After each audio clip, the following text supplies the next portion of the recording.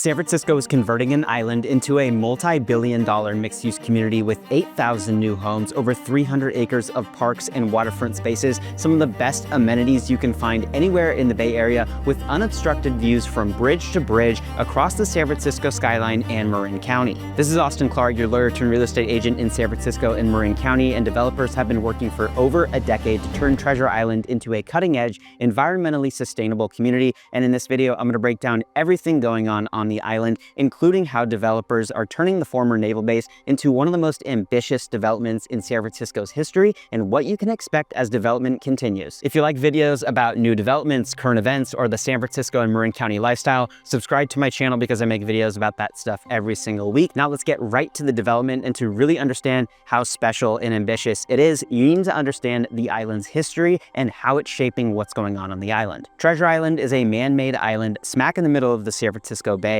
that was built under the Franklin D. Roosevelt administration as part of the Works Progress administration. It was initially intended to serve as a new airfield for Pan American Airlines, and the island played host to the Golden Gate International Exposition in 1939 and 1940, celebrating the new Bay Bridge and Golden Gate Bridge and showcasing the future of San Francisco. Plans to use the island as a second airport servicing San Francisco never really came to fruition, and the island was turned over to the Navy in connection with the United States' role in World War II. And it remained a naval base until about 1997, when the base was closed and the island was turned back over to the city. The redevelopment of Treasure Island is happening alongside redevelopment of the natural island next door, Yerba Buena Island, which is being transformed into several hundred luxury homes, condos, townhomes, single-family homes for sale by developer Wilson Meany and designer Edmonds and Lee. And the redevelopment there is maintaining the footprint established by the Navy to allow for preservation of the natural landscape on that island. I've got a separate video on what's going on Yerba Buena Island. I'll link that video in the description below.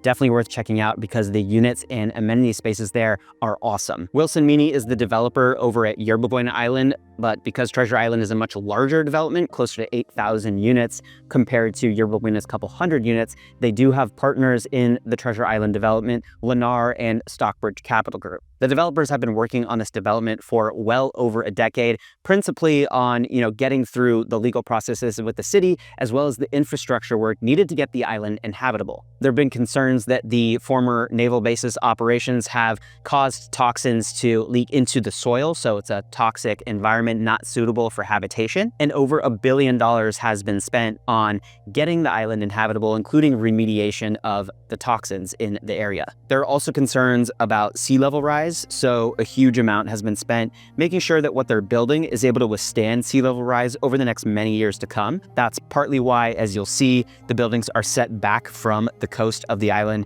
with park space in between, which serve not only as, public open space, but as drainage and protection from potential sea rise. It's really ingenious what they've done here. All in, the development is supposed to cost well over $6 billion, so the scale of it is massive, and the designs here are incredible. Skidmore, Owings and Merrill is the principal designer of the master plan for Treasure Island. The approach on Treasure Island is a bit different from how they're laying things out on Yerba Buena Island to reserve how the Navy had things laid out. Most of Treasure Island is going to be brand new construction, rental and for sale complexes arranged in a series of walkable blocks in separate neighborhoods, brand new neighborhoods that are being created along the western, southern, and eastern edges of the island. The entire island is going to be surrounded by a brand new waterfront park system, and there's going to be retail corridors, commercial corridors connecting the various neighborhoods on the island. The retail corridor is supposed to be along the edge of Clipper Cove, which is one of the most serene beaches in San Francisco, and it's going to connect to the bus and ferry terminal on the island. The parks and open spaces are well under construction, already starting to come together,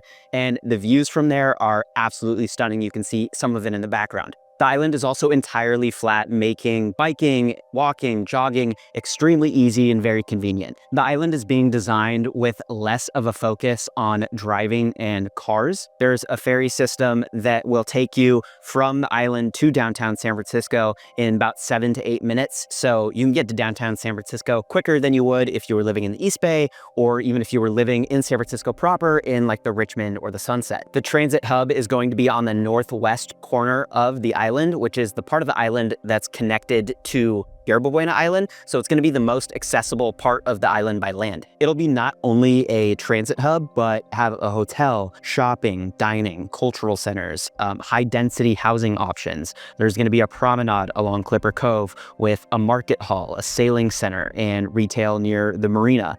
And all of that will be connected to the parks running along that outer section of the island that I mentioned, all surrounding the homes that are being built. And all of these spaces are going to take full advantage of where the island is located. It's setting right in the middle of San Francisco Bay with unobstructed views from the East Bay, the Bay Bridge, the San Francisco skyline, the Golden Gate Bridge, Marin Headlands, Angel Island, Alcatraz. And this isn't all conceptual, it's already happening. There are already buildings that are open for lease and people are occupying the building on Treasure Island. There are also several other buildings in progress, starting leasing in the coming months, starting sales in the coming months. Isle House is the first one to open on the island that's new. It's a 22-story apartment complex designed by David Baker Architects, 250 rental apartments, 9 live-work residences at Isle House. It's got a full amenity stack like a fitness center, roof deck with barbecues, seating areas, and those incredible views of the San Francisco skyline.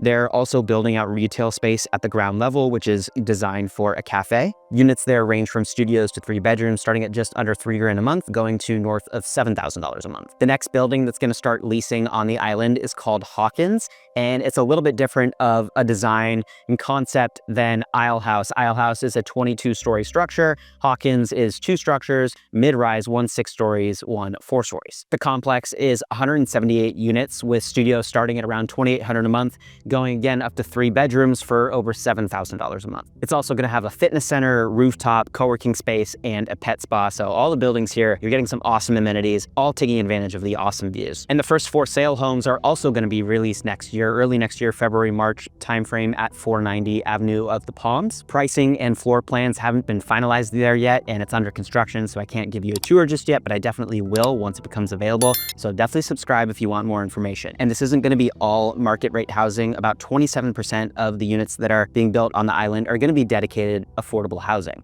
So there's going to be thousands of options available for lower and middle income households. It's not all super luxury pricing. Well, there you have it. That's what's going on Treasure Island right now. And as you can see, there's a ton going on. It's really exciting to see that this space is finally starting to make progress and be utilized the way it should be with the natural surrounding. The entire master plan is scheduled to be completed in 2036. So trust me, there are going to be a lot of updates along the way with all the new buildings, parks, and open spaces that are coming here. And I'll definitely be posting about those, so make sure to subscribe if you want to stay up to date. I'll also be featuring a bunch of it on my Instagram, TikTok, on YouTube Shorts as well, so definitely check those out and follow along if you're interested. And if you're thinking about relocating in San Francisco or Marin County, definitely reach out to me. I moved to the Bay Area over a decade ago to work as a lawyer at one of the biggest law firms in the world before getting into real estate. Now I help people relocate to the area from all over the country. I'd be happy to be a resource for you. I'll put my contact information in the description below. Reach out anytime. And before I go check out the tour that I did over at Yerba Buena Island. It's one of the nicest new developments in the entire city. The views there, the amenity spaces, the units, they're all incredible. Definitely worth taking a look. I'll put the link to that in the description below as well. I hope you enjoyed the video, and I'll see you in the next one.